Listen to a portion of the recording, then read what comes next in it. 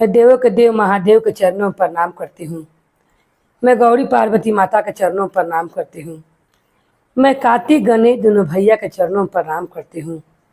सभी देवी दुर्गा के चरणों में प्रणाम करती हूँ और जितने गुरु भाई बहन लोग उनको मैं प्रणाम करती हूँ और महादेव से ही दया मांगती हूँ कि हे महादेव सब पर दया कीजिए, पल पल दया कीजिए।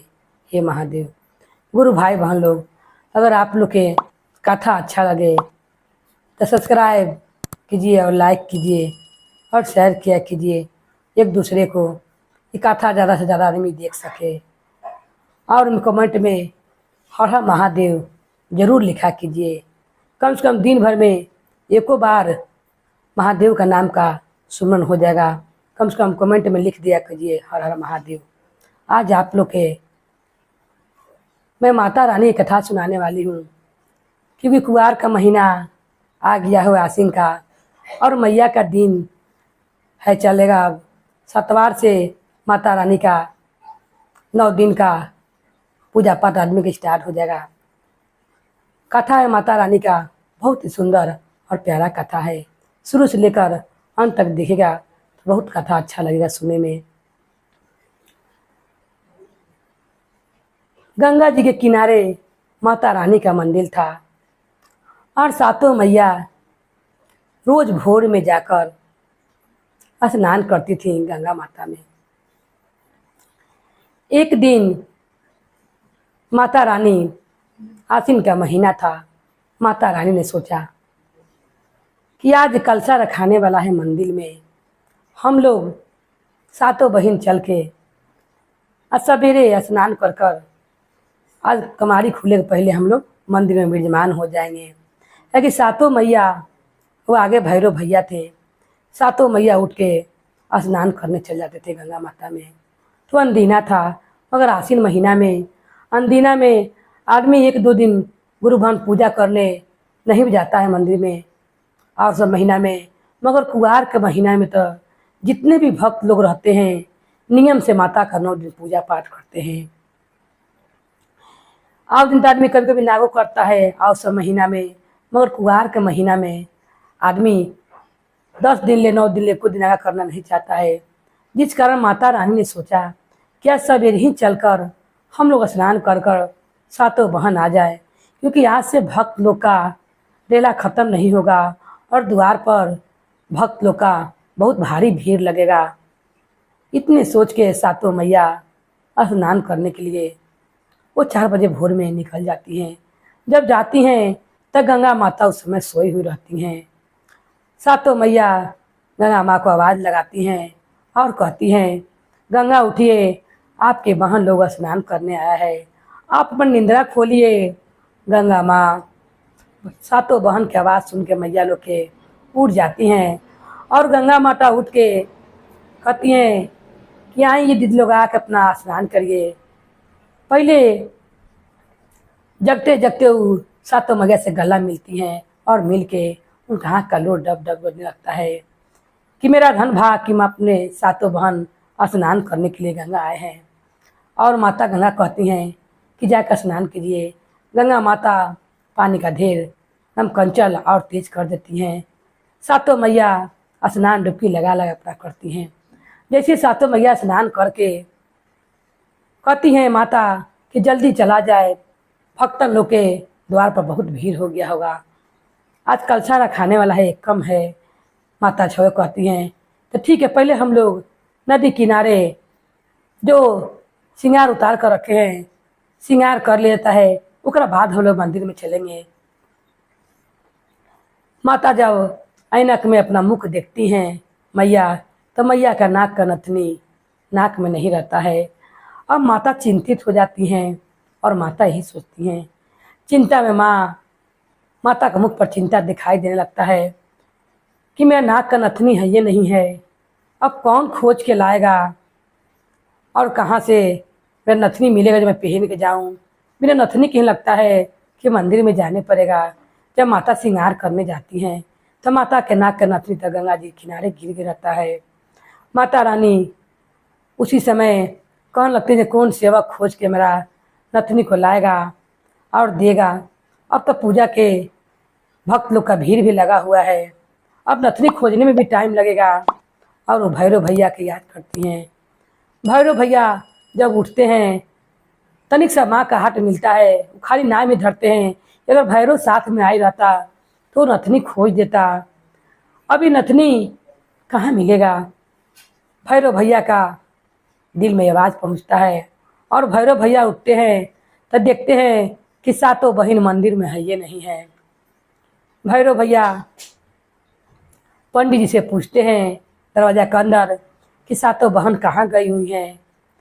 पंडित जी कहते हैं, क्योंकि माता का सातों मूर्ति वहाँ से नहीं था, पंडित जी कहते हैं कि मुझे खुद मालूम नहीं है, पट खोलने का बेरा हो गया है और सातों मैया यहाँ पर है ये नहीं है, जाकर देख के आइए। कहूँ लगता है कि माता कहूँ गंगा का स्नान करने तो नहीं चली गई हैं। जब भैरव भैया घोड़ा पर सवार होकर और आते हैं गंगा किनारे, तो क्या देखते हैं कि सातों मैया का मुंह धूमिल होइल है और मैया के मुख पर चिंता घेरे हुए है।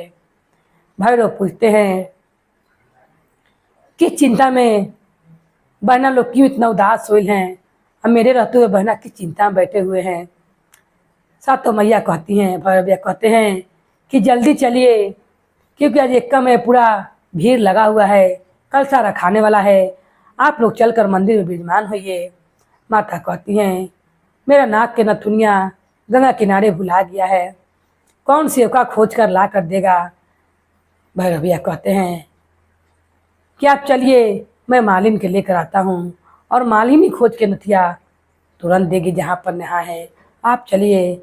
छोटकी माता हट लगा देती है कि बिना नथिया पहने हुए मैं मंदिर में नहीं जाऊंगी, पहले नथिया खोज कर ला के दो। सब श्रृंगार में एक श्रृंगार घट रहा है, नाक का नथुनिया ही नहीं है जिस पर हीरा और मोती का काम किया हुआ है। इतने में भैरव भैया सोचते हैं कि आज तो गजब हो जाएगा, अगर माता मंदिर में नहीं प्रवेश करेंगी बहन लोग तो पंडित दरवाजा कैसे खोलेंगे दरवाजा, और कैसे भक्तन के भीड़ इतना भीड़ भारी रखा हुआ है, माता मंदिर में है ये नहीं है।